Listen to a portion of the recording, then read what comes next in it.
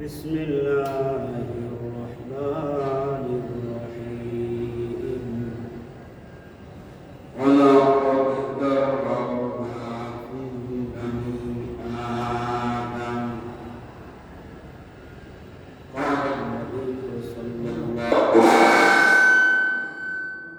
عليه وسلم أقف دينك يكفيك العمل قليل اللهم صل صلاة كاملة وسلم سلاما تاما على خير خلقه محمد وآله وأصحابه أجمعين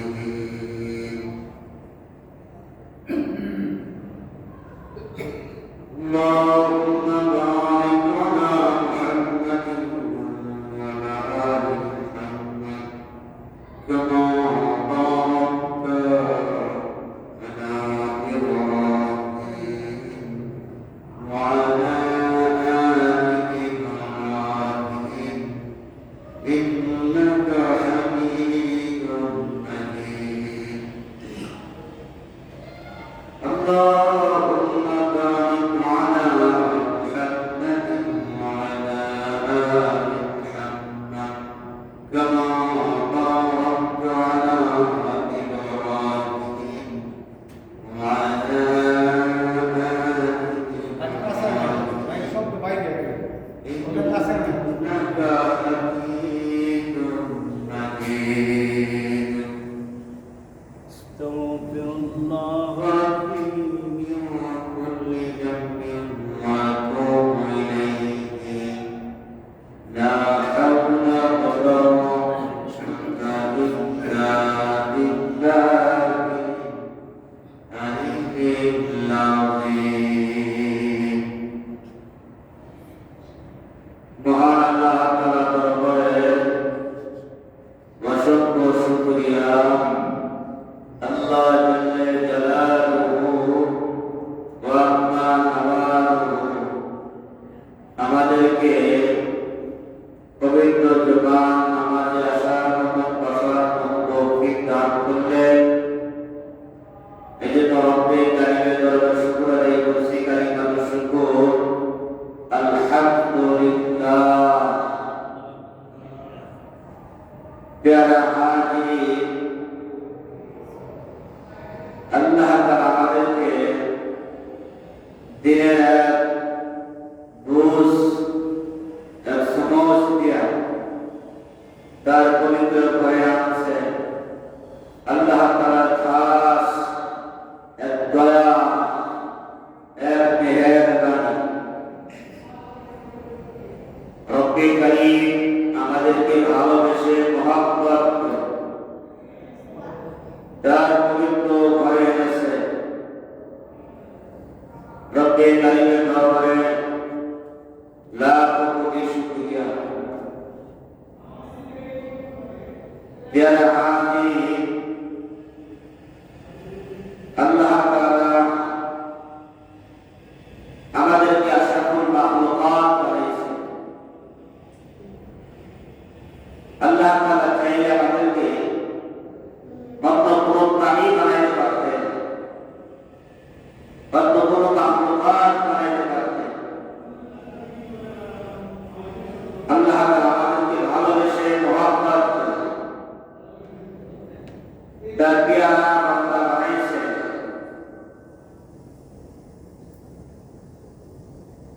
আমরা বিভিন্ন সময় বিভিন্ন সফরে গিয়া বিভিন্ন প্রাণীর প্রশংসা করি, বলি টিয়া পাখি কত সুন্দর, ময়না পাখি কত সুন্দর, জিরাফ, বাঘ, ভাল্লুক, বিভিন্ন প্রাণীর প্রশংসা করি। এই প্রাণীগুলি কি বলে, এ মানব সন্তান, তোমরা আমার প্রশংসা করতেছ, কিন্তু আমি যে সুন্দর, এই সুন্দরের কোনো সার্টিফিকেট নাই। এই সুন্দর সুন্দরের কোনো দাম নাই।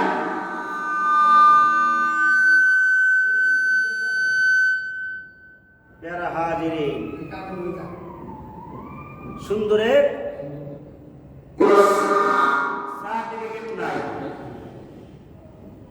এই জন্য আল্লাহ তাআলা আমাদেরকে বানাইছেন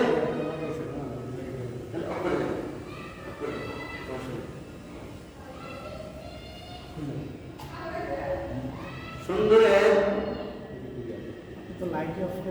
আল্লাহ তাআলা সার্টিফিকেট দিয়েছেন।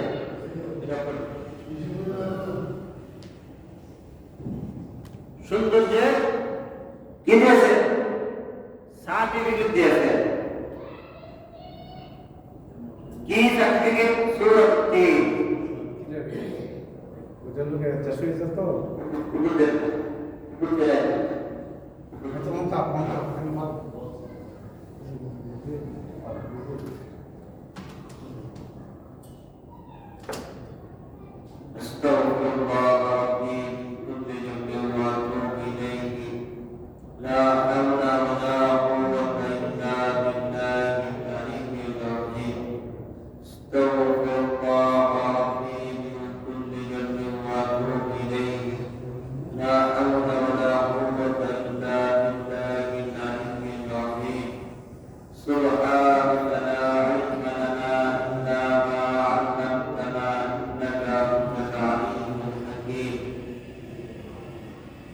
কথা বলতেছিলাম, আমরা যে সুন্দর, এই সুন্দরের কাছে ডকুমেন্ট আছে, সার্টিফিকেট আছে। সূরত 3 আল্লাহ তাআলা 4টা কসম দিয়েছেন। কয়টা কসম? 4টা কসম দিয়ে আল্লাহ তাআলা আমাদের প্রশংসা করেছেন। লাকাদ খালাকনাল ইনসানা ফি আহসানি তাকওয়িম।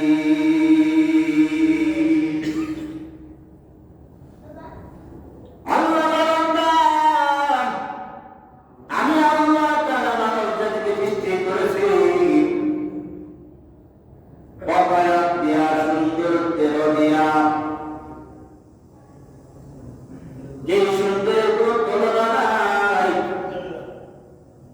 আমার বাবাজিরা, ইউসুফ আলাইহিস সালামের সৌন্দর্যের কথা শুনেছি আমরা। আমার আপনার নবী সুন্দর, কিন্তু ভাইয়ের সৌন্দর্যের পার্থক্য ছিল। নবীর চেহারা দেখে কাফের ইমানরা ঈমান গ্রহণ করেছে। আমার আপনার নবী বিশ্বনবী ইমানতের মধ্যে নূর মুহাম্মদুর রাসূলুল্লাহ সাল্লাল্লাহু আলাইহি ওয়াসাল্লাম রক্তাপাত করে কোরআন তেলাওয়াত করেন।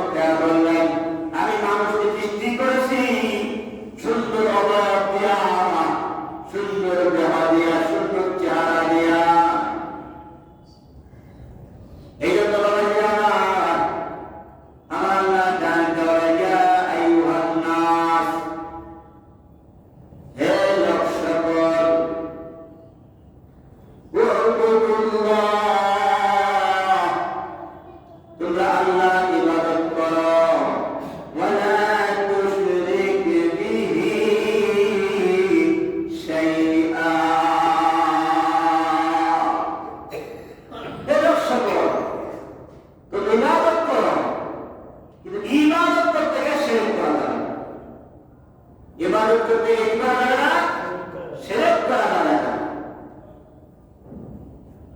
সূরাতুল কাহফের শেষের আয়াত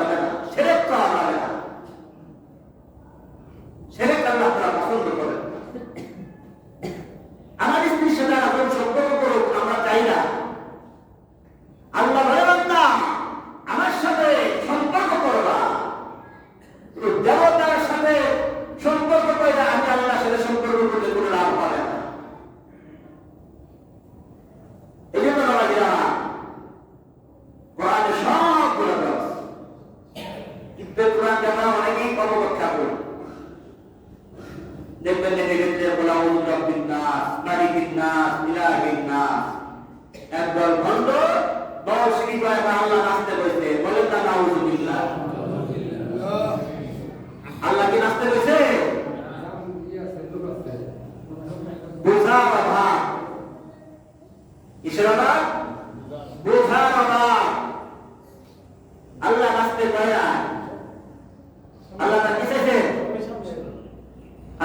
পানা চাও জিন শয়তান থেকে, মানব শয়তান থেকে। কিন্তু যারা এই কোরআনের অবব্যাখ্যা করলো তাদের কি ঈমান আছে? ঈমান নাই। কোন ব্যক্তি যদি কোরআনের একটা হরফ, একটা অক্ষর, একটা জবর, একটা জের, একটা পেশকে অস্বীকার করে, সে ব্যক্তি মুসলমান থাকতে পারে। এই যে সূরাতুল নাসের ক্ষেত্রে পুরোপুরি একবারে ডাইরেক্ট শিরকি কাজ করবে। আল্লাহ নাস্তে পেয়েছে, মালিকও নাস্তে পেয়েছে, ইলাহিও নাস্তে পেয়েছে। নাউযুবিল্লাহ। আল্লাহু আকবার। এজন্য কোরআন নিয়া, নবী নিয়া, রাসূল নিয়া, আল্লাহ নিয়ে যখন কোনো বান্দা কটূক্তি করে, তখন মুসলমান ঈমানদার সে ঠিক থাকতে পারে না। ঠিক না আছে, চাই তার মধ্যে দাড়ি থাক, চাই তার মধ্যে না দাড়ি না থাক, চাই সে পাঁচ ওয়াক্ত নামাজ পড়ুক আর না পড়ুক, সে একজন মুসলমান। সে একজন মুসলমান। এর মধ্যে নবী যখন আশা ছিলেন 17 বছরের যুবক, মুখে দাড়ি ছিল না, তিনি বোঝায় গেছেন রাসূলের আশা করতে গেলে, রাসূলের ভালোবাসা প্রেম লাগলে দাড়ি লাগে না, ইশকে মহব্বতই যথেষ্ট। ঠিক না ঠিক? বর্তমান জামানায় যারা আল্লাহ নিয়ে কটূক্তি করতেছে, ইতিপূর্বে আমরা শুনেছি বঙ্গবন্ধুকে কেউ গালি দিলে তার জরিমানা হতো, তার জেলখানা যেতে হতো, হাজতখানা যেতে হতো। রাষ্ট্রমন্ত্রী গালি দিলে তার বিধান আছে, প্রত্যেক বিষয়ে তাকে কটাক্ষভাবে কটূক্তি করলে তাকে তার সাজা পেতে হয়। কিন্তু সংবিধানে এমন কোন আইন হলো না যে আইনে কোরআনকে অবমাননা করলে তার সাজা দিতে হবে, রাসূল নিয়ে কটূক্তি করলে তার সাজা দিতে হবে, আল্লাহ নিয়ে কটূক্তি করলে তার সাজা দিতে হবে। এমন কোন আইন হয় নাই। আমরা বাংলার জমিনে আবার আমরা একটা আইন করতে চাই, সেটা হলো আল্লাহ নিয়ে, রাসূল নিয়ে, কোরআন নিয়ে কোন বাংলার কোরআন যদি আবার কোন রাস্তায় যদি কথা বলে তার জিহ্বা আমরা কেটে দেব ইনশাআল্লাহ। ঠিক না আছে? ইয়া হাজিরিন, সব জায়গায় আপোষ করবে না। আমার আল্লাহ নিয়ে যখন কথা বলবে, আমার রাসূল নিয়ে যখন কথা বলবে, কোরআন নিয়ে যখন কথা বলবে, ঈমানদার তার ঈমানত্ব ঠিক রাখার জন্য সে ঠিক থাকতে পারে না। ঠিক না? এজন্য খুবই সতর্ক থাকতে হবে। আমার পার্শ্ববর্তী কোনো ভাই যেন সে বেঈমান হয়ে মারা না যায়, সে যদি ঈমান হারা হয়ে মারা না যায়। এই জন্য বাবাজি আমার কোরআনের সঙ্গে সম্পর্ক না থাকার কারণে, হাদিসের সঙ্গে সম্পর্ক না থাকার কারণে, আল্লাহর প্রতি ভালোবাসা না থাকার কারণে আর অধিকাংশ মানুষ নাম কেউ অস্তে মুসলমান, কিন্তু নাম সব কুফর। এই জন্য বাবাজি আমার ঈমান হারা অবস্থায় মারা যাওয়া যাবে না। ঈমান নিয়ে মারতে হবে। আমানতু বিল্লাহি ওয়া মালাইকাতিহি ওয়া কুতুবিহি ওয়া রাসূলিহি। যদি ঈমান আল্লাহর কিতাবের উপরে, কিতাবকে অস্বীকার করি, কোরআনের আয়াতকে অস্বীকার করি, তাহলে কি কিতাবের উপর ঈমান হইল না? কিতাবের উপর ঈমান আনা হইল না। সুতরাং সে মুসলমান থাকতে পারে না। এই জন্য কোরআনে আল্লাহ বলেন, ফারিকুম ফিল জান্নাহ ওয়া ফারিকুম ফিস সাঈর। আল্লাহু আকবার। আসহাবুল ইয়ামিন মা আসহাবুশ শিমাল। দল হলো দুইটা, একটা জান্নাতি দল, একটা হলো জাহান্নামী দল। একটা হলো ডান পাশের দল, একটা হলো বাম পাশের দল। আল্লাহ তাআলা বলেন, ইন্নাল আবরারা লাফি নাঈম। আল্লাহু আকবার। ওয়া ইন্নাল ফুজ্জারা লাফি জাহিম।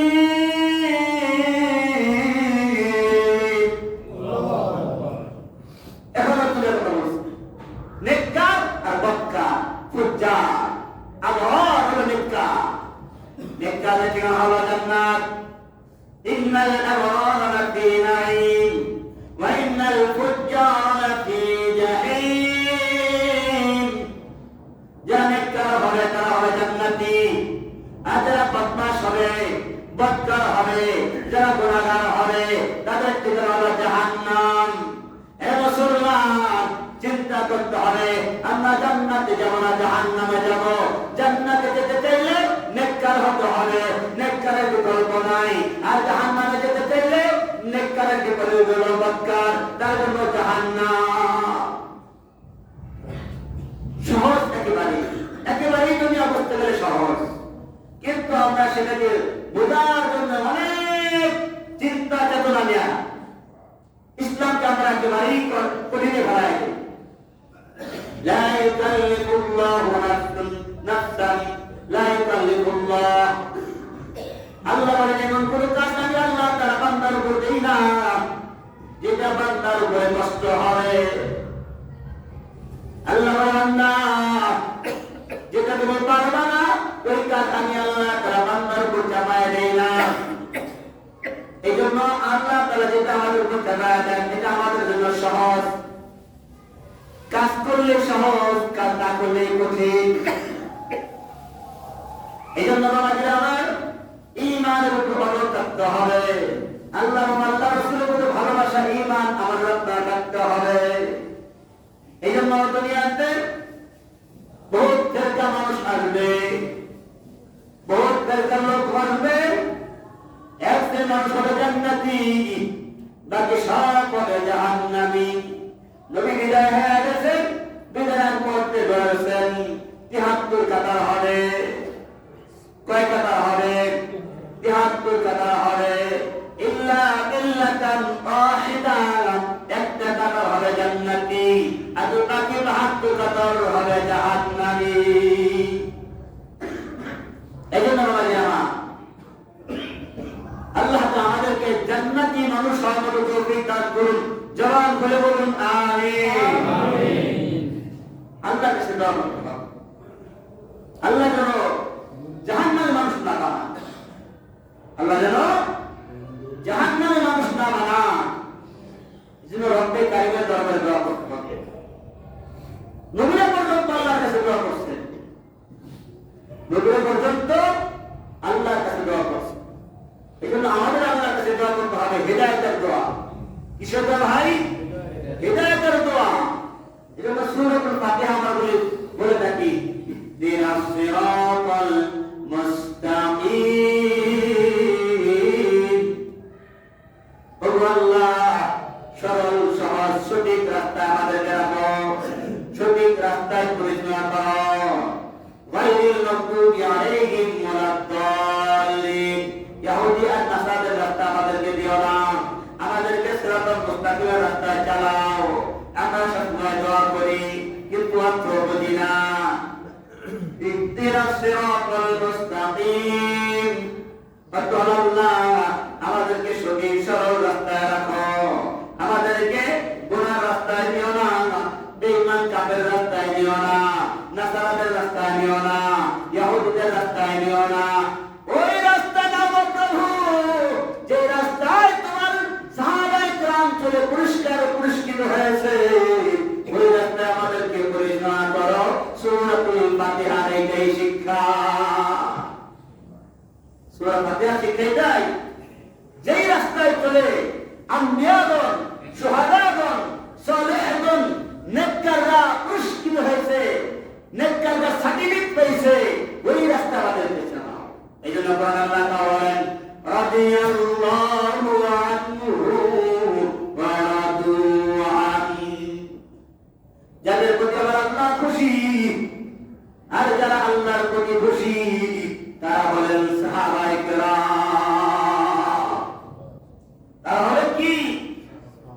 সাহাবায়ে কেরাম। এই জন্য আমার নাবিক যখন রাস্তা হারায় ফেলায়, নাবিক রাস্তা চেনে না, ইস্তিমা কোন দিকে নেবে, কোনটা দক্ষিণ, কোনটা উত্তর, কোনটা পশ্চিম, রাস্তা হারায় ফেলেছে কোন দিকে যাবে। এবার সেই নাবিক কি করে? আকাশের দিকে তাকায়, তার তার দিকে দিক বিতরণ করে তার গন্তব্য স্থলে পৌঁছে যায়। আল্লাহ নবী বলেন আসহাবি কান নুজুম বিআইহিম ইত্তাদাইতুম ইহতাদাইতুম। উম্মতেরা রে, তোমরা যখন রাস্তা হারায় ফেলাইবা, যখন বিভিন্ন দলের মতবাদ সৃষ্টি হবে, বিভিন্ন ফেরকা সৃষ্টি হবে বান্দা, তখন একমাত্র রাস্তা হলো আমি নবীর রাস্তা, আমি নবীর উম্মতের রাস্তা হলো সাহাবায়ে কেরামের রাস্তা। সাহাবায়ে কেরাম আকাশের নক্ষত্র সমতুল্য। যখন বিভিন্ন ফেরকা সৃষ্টি হবে, বিভিন্ন জন বিভিন্ন কথা বলবে, তখন আমার রাস্তা খুঁজতে হবে সাহাবায়ে কেরামের নজরিয়া, সাহাবায়ে কেরামের দেখানো বাতলানো পথ। সেই দেখানো বাতলানো পথ আমি আপনারা চলতে পারি, তাহলে গন্তব্যস্থলে পৌঁছতে পারবো। এই জন্য আমার সাহাবায়ে কেরাম বারবার পরীক্ষা দেয়া আল্লাহর নৈকট্য লাভ করেছেন। এই জন্য আল্লাহ তাআলা কোরআনে আয়াত নাযিল করে দিয়েছেন রাদিয়াল্লাহু আনহু ওয়া রাদু আনহু।